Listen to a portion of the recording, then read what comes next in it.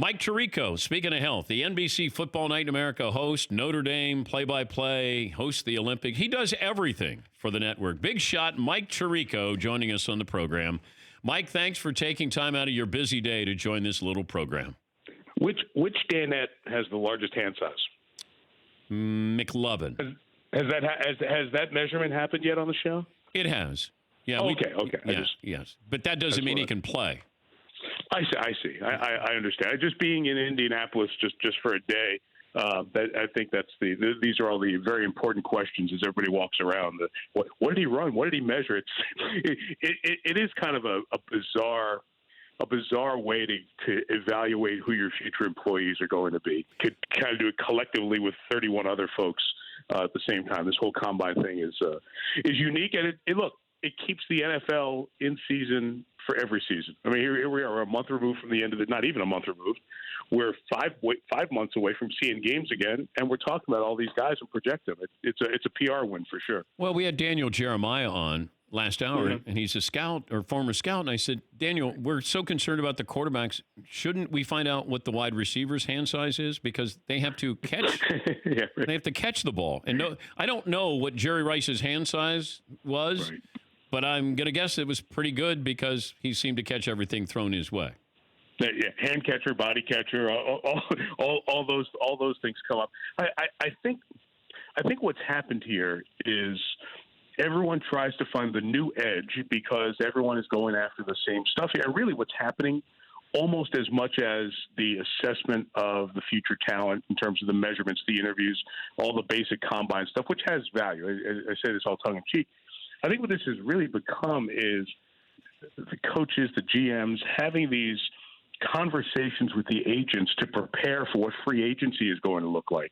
Because you can't look at free agency and the draft as separate. You have to look at them together to figure out, with your salary cap and your team back home, how it's all going to fit. Which of your guys you're going to re-sign. I just talked to a GM who was talking about, we have to get an assessment of how many of our guys can we keep. Our coaching staff would love to keep a certain number, but we can't.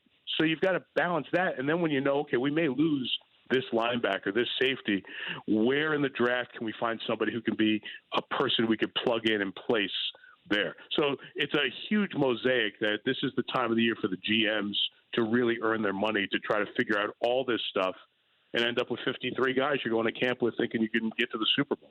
Speaking of mosaic, this 17-game schedule, that 17th game, how do you think the networks or the schedule makers are going to approach this? Of where does that 17th game live? On the road, at home, neutral site? Well, I'd heard a lot of the folks talking neutral site for all of them, for everyone's 17th game. To me, and I have not heard this specifically, to me, it seems like it would just alternate where one year you'd have 9 home games, one year you'd have 8 road games. Because if you go to 3 preseasons and 17 regular seasons, Dan, then you get to 20 games, right? 20 becomes 10 at home, 10 on the road. So in the years that you're going to play 9 home games, you get 1 home preseason game. The years that you play 8 road games, you get 8 home games, you get 2 preseason games at home. Why? In either scenario, you get 10 games to sell for your season tickets. So the number of season tickets you're selling on a year-to-year basis becomes the same. And then you siphon off on a rotating basis 1 game for playing in London or 1 game for playing in Mexico City. I don't think we're going to see 16 international games to take up that 17th game for each team, which would do the math and get you to that final number. So I think it'll be 9 home games for your team, 8 road, and then it flips the next year. Yeah, I was wondering about that I would love to have neutral sites where you went to college towns and gave them an opportunity to experience the NFL. I don't like if you went to Lincoln, Nebraska, or you went to Auburn, Alabama, whatever it is, right. Just to have that spectacle, and you got a whole different environment. I think that would be fun. I don't want to export our sport here. I know Mexico City, and they want to grow the game, and maybe Germany and London, but I'd like to keep as much in the United States as possible. But what about let's say we do that, and you move a Bengals game to the Shoe, or you move a Lions game to the Big House in Ann Arbor against the Packers. Stuff it all sounds really cool. Is there the infrastructure there from X-ray facilities, replay machines, all the infrastructure of the NFL? Every field is going to have to be remarked. right? Because the hash marks are different. Mike, don't be a all that buzzkill. stuff. You're being a buzzkill. I'm sorry. Okay, Dan, it's a great idea. Let's do it. All right. Thank you, Mike. We're Thanks. talking Okay. to Mike Tirico from NBC Sports. All right. What is the deadline date whether or not we decide to have these Olympics in Tokyo? What have you been told? Yeah, but we haven't been told anything specifically just yet. Dick Pound, who's from the IOC, he's the longest tenured member of the International Olympic Committee, even longer than Tomasz Bach, who's the head of the IOC right now. His interview with the Associated Press yesterday, got a lot of attention because he pointed to a date somewhere in mid to late May, almost like the date where the ball would have to start rolling downhill to be prepared to open the games in that third full week of July in Tokyo. Just the infrastructure of getting all the building and everything going in place. Tokyo is, by and large, in place to host the games now with all the structures and things like that. So the headline was, hey, if it may be a 3-month window to know if the games are going to be on or not. What he also did say within that was, right now, it seems like things will happen on time. I just don't think anybody knows where this coronavirus is going to go. I mean, we heard Monday in the U.S. from the CDC, they're concerned about, hey, we should be planning for being out of school for a while, telecommuting, all that stuff. So I don't think we have any idea at home. So obviously, what's happening in every country is going to have a huge impact on if the Olympics are here. So to say that there's an answer now would be crazy. But I think Dick Pound, who knows this thing and was maybe not speaking for the whole IOC, but was speaking as a member who's been around for a long time, gave you a good sense of a window where you'd have to put up a red flag if you couldn't go through with it. How much research have you done on the coronavirus? On the coronavirus, not as much as I've done on the athletes that we hope to see in Tokyo. So, but certainly as you hear about it, you understand that they don't know everything just yet. They don't know how it's being communicated person to person, place to place, why these locations where it shows up, it's showing up and spreading quickly. So I think we have so many questions. Like, I got on a plane yesterday, and I'm already one of those people who wipes down the hand rest and the tray table and all that stuff to begin with. But I noticed many, many more people doing that than normal on the plane. So I think it's starting to get on our conscience as Americans now of, hey, we have no idea who's been on this plane, where it's been, and where it's going. So I think it's going to impact all of us in how we operate until we know more answers about it. I wanted to have you on for a variety of reasons. Obviously, the Olympics and all those years that you covered the NBA. I was just curious, did you have a favorite Kobe Bryant story? Dozens. I guess the one that jumps out was the night before his last game when, he had not been playing much towards the end in terms of minutes, but ramped it up towards the end. And we didn't think he had a ton of minutes in him, and he ends up taking 50 shots and scoring 60 points. But also, I think you and Hubie were talking about, we've been told that he's going to play a certain number of minutes, yes. or right? I remember that, and he just stayed in there. Like you were going, we don't know how long he's going to play, certain number of minutes or points, and next thing you knew, he's standing out there. And that came from the pregame meeting. So, as you know, Dan, from the times that we all were working NBA and finals and different things like that, sometimes you get a player who will come in after a morning shoot-around. Rarely, but you might get a player, in that hour and a half before tip. The locker rooms are always open, but it's always hard to find the star guy in the locker room, right?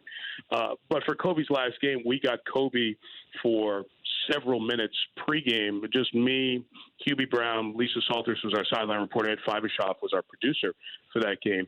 And Kobe gave us like 15, 20 minutes. It was just really good. It was the ultimate respect that so many people around the league have for Hubie Brown.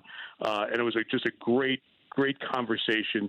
And we left there knowing he was going to give it as much as he had, but never thinking for a second that he had 50 shots or 60 points.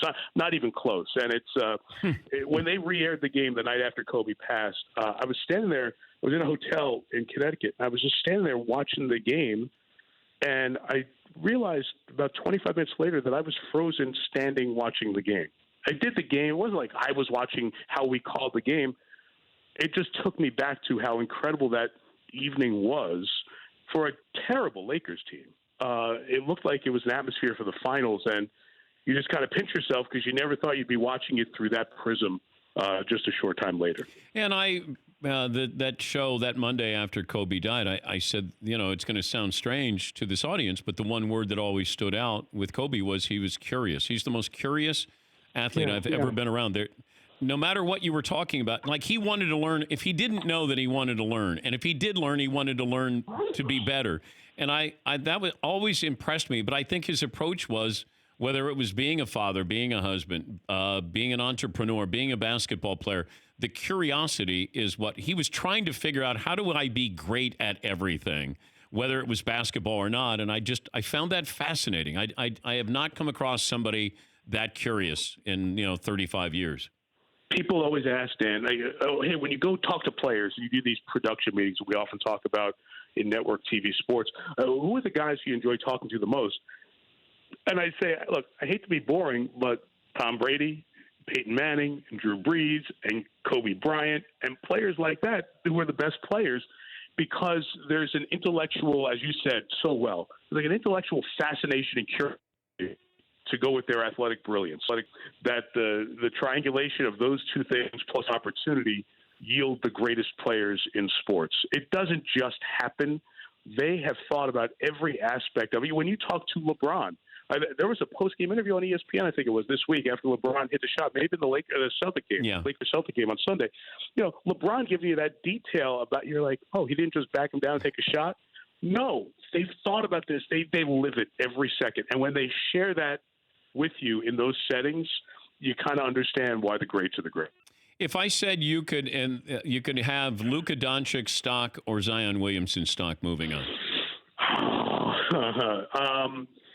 Luka, because I think he makes the guys around you better. But after seeing Zion in this small sample, we've seen more of Doncic than Zion. He's going to give you so much attention that you're going to get a lot of open shots. You're going to get a lot of transition stuff. I didn't think, given how long he was out, that he'd jump in and have this kind of impact. I remember watching that first game. I watched Dave Pasch call that game.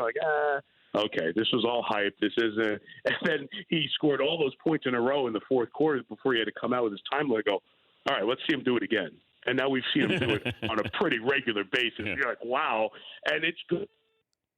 TV guy. That's what the league's been missing this year. You wanted to go watch Steph, hit 9 threes or Clay, and it's been there this year, and not in as much volume. And now you've got another person who gives you that, and I think that will give a bounce back to the league's race as we go through the rest of the season. Good to talk to you, Bud. Hope to talk to you before you head to the Olympics, but thanks for joining us as always. Anytime, pal. Hi to the guys. That's Mike Tirico, NBC Sports. For more Dan Patrick Show, tune into Audience Channel 239 on DirecTV. Stream for free on BR Live or download the Dan Patrick Show app.